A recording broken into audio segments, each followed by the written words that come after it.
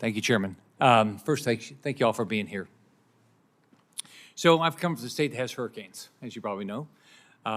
So we unfortunately have lost we had a hurricane last year, and we lost 150 people, and many of them elderly. So I've been traveling the state. I've been in 7 cities in the last 3 weeks trying to get people ready for, prepare for hurricane season, which started June 1. As we know, many elderly don't feel comfortable evacuating, whether it's because they like to be where they are, whether it's because they have pets, whether they're not comfortable they'll have the right food or right medicine, all these issues. So for each of you, do you have any recommendations to make sure that our elderly citizens actually listen to evacuation orders and evacuate early enough?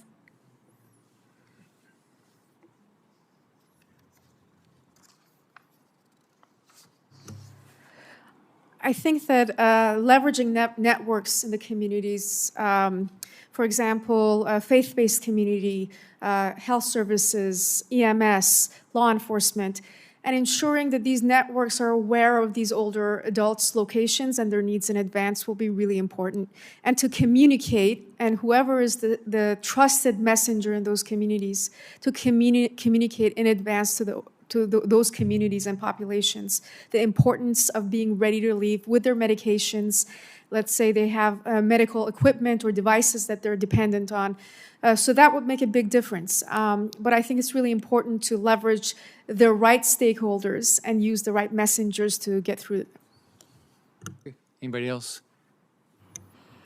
I would agree. I think additionally, beyond just the trust, it's also thinking about the other social connections that they've made. So it could be an official person, but it could be an informal person. It may be someone from their local house of worship, but it could also be, their next door neighbor. And it's kind of hard to say. That's not we know this in general, but we haven't done extensive research to think about all the different ways to make someone evacuate. We've done research on how to get messages to people. We've done research on who's left behind. We've thought about, all of these different things, but we do need to find out more information. And I think it's going to be unique to each individual. And I think that's where everything kind of gets lost.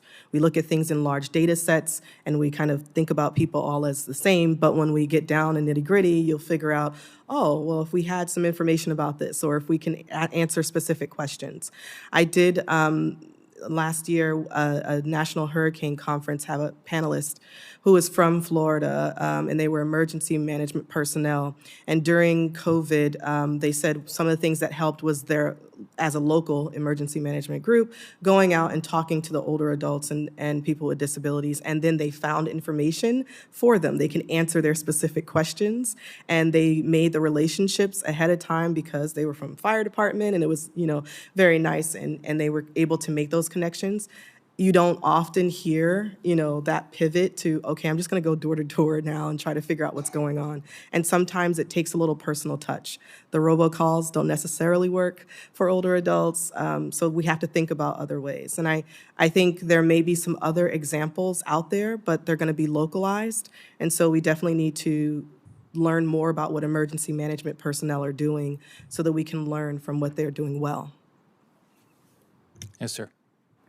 I'll just add one quick additional point, which is that I think that we do also need to take sort of a long-term approach to this as well. I mean, we have plenty of Americans who are living in areas that are particularly vulnerable, and we know that we have huge problems with the National Flood Insurance Program, for example, and a number of my colleagues have done work on that topic. So I think that we do also need to kind of think about some of the long-term implications and sometimes some of the perverse incentives that have been created by poor federal policy through the years.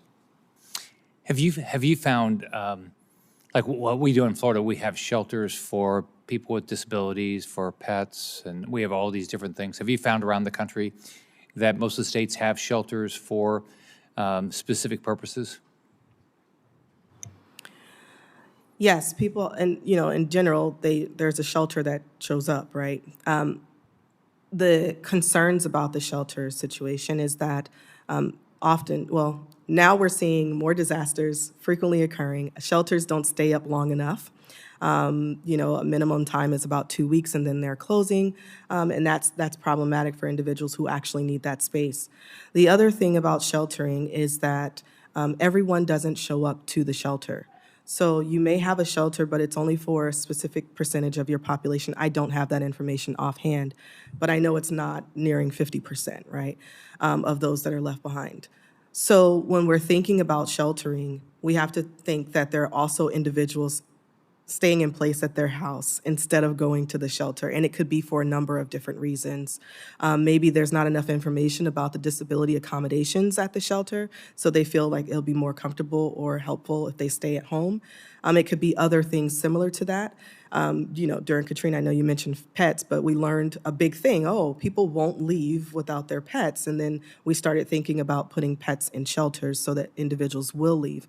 But there are other things that we haven't learned, and we shouldn't be learning them after a disaster. We should be proactively doing it and learning beforehand so that we can make the right choices and decisions and spend our money wisely prior to a disaster.